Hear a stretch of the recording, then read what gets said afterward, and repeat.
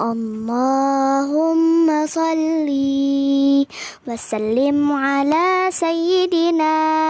محمد صاحب البشرى صلاة تبشرنا بها وأهلنا وأولادنا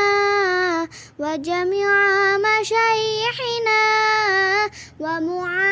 ومعلدينا وطالبتنا وطالبتنا